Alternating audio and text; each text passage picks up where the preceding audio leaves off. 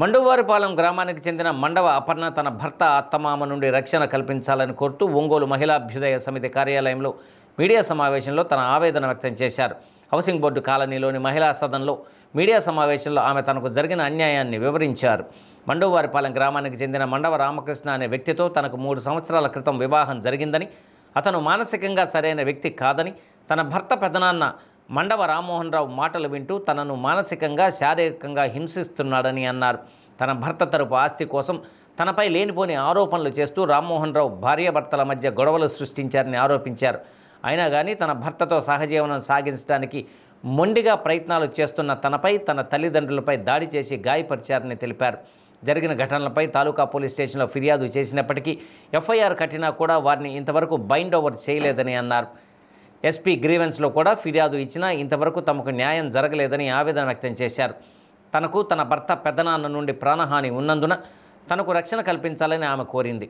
మహిళా అభ్యుదయ సమితి రాష్ట్ర అధ్యక్షురాలు తేళ్ల అరుణ మాట్లాడుతూ మండవ అపర్ణకు న్యాయం చేసేందుకు తాము ముందున్నామని, పోలీసులు ఖచ్చితంగా నిష్పక్షపాతంగా వ్యవహరించి బాధితురాలకు న్యాయం చేయాలని డిమాండ్ చేశారు.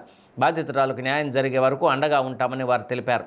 ఈ సమావేశంలో నాలం నరసమ్మతో పాటు బాధితురాలి తల్లిదండ్రులు పాల్గొన్నారు. నాకు గత 3 సంవత్సరాల క్రితం మండవారిపాలెంలో నా భర్త స్వగృహం నందు నాకు పెళ్ళి అయింది. పెళ్ళి అయిన తర్వాత నుంచి నేను మండవారిపాలెంలోనే ఉంటున్నాను. అక్కడ నా భర్తకి హెల్త్ ఇష్యూ ఉండటం వల్ల నేను హాస్పిటల్కి, నా భర్త పేరు రామకృష్ణ, నా భర్తకి హెల్త్ ఇష్యూ ఉండటం వల్ల నేను హాస్పిటల్కి అట్లా చూపించుకుంటా నేను మండవారిపాలెంలోనే ఉంటున్నాను. వాళ్ళ పెద్దనాన్న అయిన రామ్మోహన్ రావు నా భర్తని నన్ను వేరు చేయాలని చెప్పేసి తను నా దగ్గర నుంచి వేరు చేసి వేరే ఇంట్లో ఉండేటట్లు వాళ్ళ అమ్మని తన్ని వేరే ఇంట్లో పెట్టేసి నన్ను ఒక్కదాన్ని చేస్తున్నారు. నా భర్తకున్న ఆస్తి కోసం ఆస్తి మీద కన్ను వేసి నా భర్తని నన్ను వేరు చేయాలని చూస్తున్నారు. నేను అక్కడే ఉంటూ నా భర్తకి బాగాలేదని చెప్పేసి నా భర్త అమాయకుడైతే ఆ అమాయకత్వాన్ని వాళ్ళు క్యాచ్ చేసుకొని వాళ్ళు ఆస్తి కోసము నన్ను నా భర్తని వేరు చేసి ఆస్తి ఇచ్చేయాలని చెప్పేసి ప్లాన్ చేస్తూ ఉన్నారు.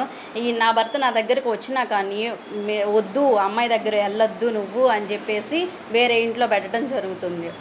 ఇట్లా నేను హాస్పిటల్కి తిరుగుతా ఆయనకు చూపించుకుంటా ఇక్కడే ఇంట్లోనే ఉంటున్నాను. నన్ను 3 సార్లు వాళ్ళ పెదనాన్న మాట విని నన్ను 3 సార్లు కొడితే నేను కంప్లైంట్ ఇస్తే నా పేరెంట్స్ని నాకు రక్షణగా మా ఇంట్లో నా కోసం ఉంచితే వాళ్ళని కూడా అసలు వాటర్ కట్ చేసి పవర్ కట్ చేసి నన్ను చిత్రహింసలు పెడుతున్నారు. సో దీనికోసం నాకు ప్రొటెక్షన్గా మా అమ్మని మా నాన్నని నా దగ్గర పెడితే నేను మొన్న వెళ్ళి రీసెంట్గా వాటర్ ఎందుకు రావట్లేదు, పవర్ ఎందుకు రావట్లేదు, నువ్వు అడిగితే బాగా చేపిస్తానన్నావు, ఇంతవరకు పవర్ లేదు, వాటర్ లేదు, 30 days అవుతుంది, నేను ఇబ్బంది పడుతున్నానని చెప్పి అడగటానికి వెళ్తే నన్ను ఫస్ట్ కర్ర తీసుకొని కొట్టారు. కొట్టిన తర్వాత నన్ను కొడుతున్నారని చెప్పేసి మా అమ్మ పరిగెత్తుకుంటూ వచ్చింది. పరిగెత్తుకుంటూ వచ్చేసరికి మా అమ్మ వేలు నోట్లో పెట్టుకొని గట్టిగా కొరికి కర్రలతో కొట్టారు. ఈలోపు మా నాన్న మమ్మల్ని ఇద్దరిని కొడుతుంటే బైక్ వేసుకొని బయటకు వెళ్ళిన పర్సన్ గబగబా వస్తే ఇంకా ఆ పర్సన్ని కర్ర తీసుకొని తల మీద కొట్టారు. 9 స్టిచెస్ పడ్డాయి.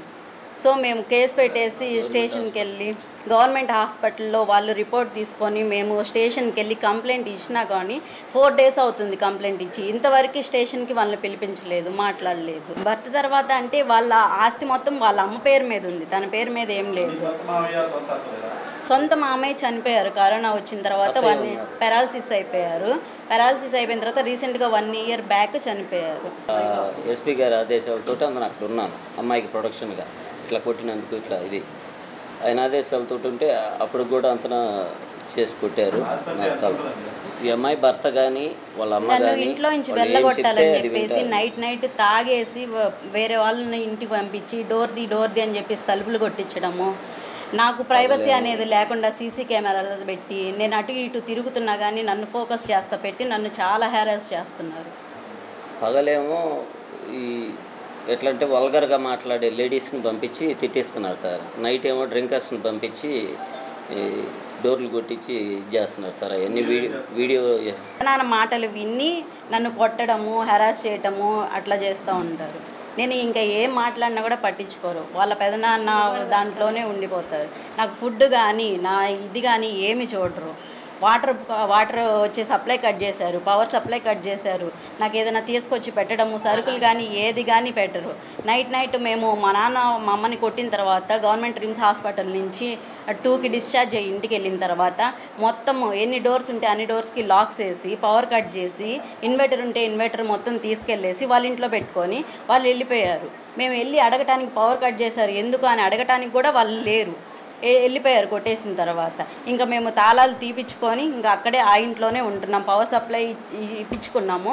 వాటర్ సప్లై కోసం మేము పంచాయతీ ఆఫీస్ దగ్గరకు సెక్రటరీ దగ్గరికి వెళ్ళి ఫిర్యాదు చేస్తే అర్జీ ఇస్తే వాళ్ళు వచ్చి చెక్ చేశారు. చెక్ చేసిన తర్వాత కూడా వేరే వాళ్ళకి చెప్పండి అని చెప్పేసి వాళ్ళు తప్పించుకున్నారు. మాకు మాత్రం ఇంతవరకు వాటర్ సప్లై అనేది లేదు. 30 డేస్ నుంచి వాటర్ రాక ఇబ్బంది పడతా పక్కన బోరింగ్ నుంచి వాటర్ కొట్టుకొని తీసుకొచ్చుకుంటున్నాము.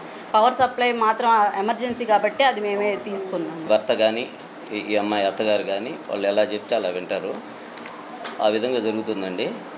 మాకు ఖచ్చితంగా ప్రాణహాని ఉందండి. ఇప్పటికి 2 సార్లు ఆ అమ్మాయి మీద అటాక్ చేశారు. 3వసారి చేసినప్పుడు నేనున్నాను కాబట్టి నా తలకు కూడా పెద్ద ఇంజురీ జరిగిందండి. విపరీతంగా బ్లడ్ పోయి ప్రాణాపాయ పరిస్థితుల్లో రిమ్స్ హాస్పిటల్కి వెళ్ళి అక్కడ నుండి బయటపడి వచ్చామండి.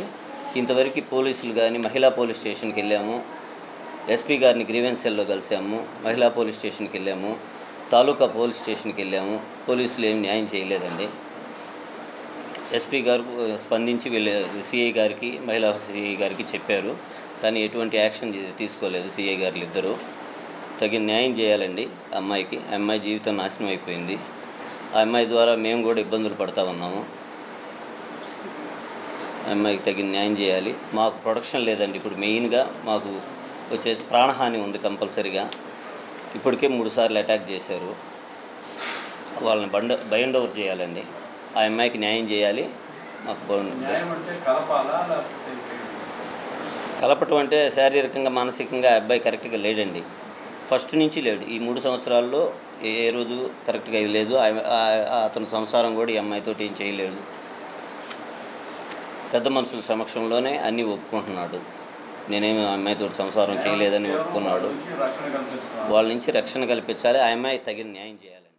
ఇట్లా ఉన్నటువంటి పరిస్థితుల్లో ఒక ఆడపిల్ల ముందుకు వచ్చి ఆ అమ్మాయి ఇలా జరిగింది అని చెప్పాల్సిన అవసరం అమ్మాయికి ఏముంది? అంతా కాపురం బాగుండి సజావుగా ఉంటే ఈ అమ్మాయి బయటకు వచ్చేసి ఈ ప్రెస్ మీట్లు పెట్టాల్సిన అవసరం లేదు కదా. వాళ్ళకి రక్షణ లేదు. ఇప్పుడు వాళ్ళు నిన్న మా వాళ్ళు ఇక్కడ మా ఫ్యామిలీ కౌన్సిలింగ్ సెంటర్ దగ్గర మా అక్కడికి వాళ్ళు అప్రోచ్ అయ్యారు కాబట్టి నిన్న మా సభ్యులను అక్కడ పంపించాం.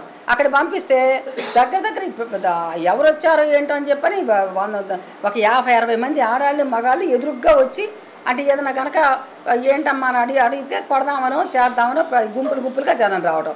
దీన్ని ఎలా చేస్తున్నారంటే మన ఊరి అబ్బాయి కదా, మన ఊరి సమస్య అన్నట్టు చూస్తున్నారు. దయచేసి మేము ఆ ఊరి వాళ్ళకి చెప్పేది ఏంటంటే మాకేం మీరు శత్రువులు కాదు, వీళ్ళేం మిత్రులు కాదు, కానీ ఒకటే చెబుతున్నాం, మేము ఒక ఆడపిల్ల సమస్యగా చూడండి, పరిష్కరించండి. మేమంటుంది ఏంటంటే ఓకే కేసులు ఇప్పుడు పోలీసులనేమో గట్టిగా ఆ క్రైమ్కి తగ్గటువంటి ఆడపిల్ల బాధకు తగ్గటువంటి కేసులు పెట్టండి, సెక్షన్లు పెట్టండి, పిలిపించండి ముందు అసలు స్టేషన్కి. మీరు ఎందుకు పిలిపించరు? పిలిపించి మాట్లాడాలి కదా. పిలిపించి మాట్లాడి వాళ్ళకి అక్కడ రక్షణ కలిగించడానికి బైండ్ ఓవర్ పెట్టి వాళ్ళకి ఎటువంటి సేఫ్టీ ఇది ప్రాణహాని లేకుండా సేఫ్టీ కలిగించాలి.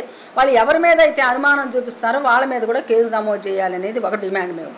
రెండవది ఏంటంటే ఆ అమ్మాయికి న్యాయం చేయాలంటే కూర్చొని మాట్లాడుకున్న ఇది అసలు ఎందుకు జరిగింది ఏంటనేది 2 వైపుల నుంచి విచారించండి ముందని మేము పోలీసులు రిక్వెస్ట్ చేస్తూ ఉన్నాం. ఇవేమీ జరగకుండా ఏదో కేసులు ఎఫ్ఐఆర్ ఒకటి చేసేసి ఇక్కడ పడేసేసి ఇంకా వాళ్ళు ఏమైపోయినా పర్లేదు అని చెప్పండి పోలీసులు కామ్గా ఉంటామనే దాని పట్లే మేము గట్టిగా ఉన్నాం. పోలీసులు ఖచ్చితంగా వాళ్ళని పిలిపించి మాట్లాడి వాళ్ళకి రక్షణ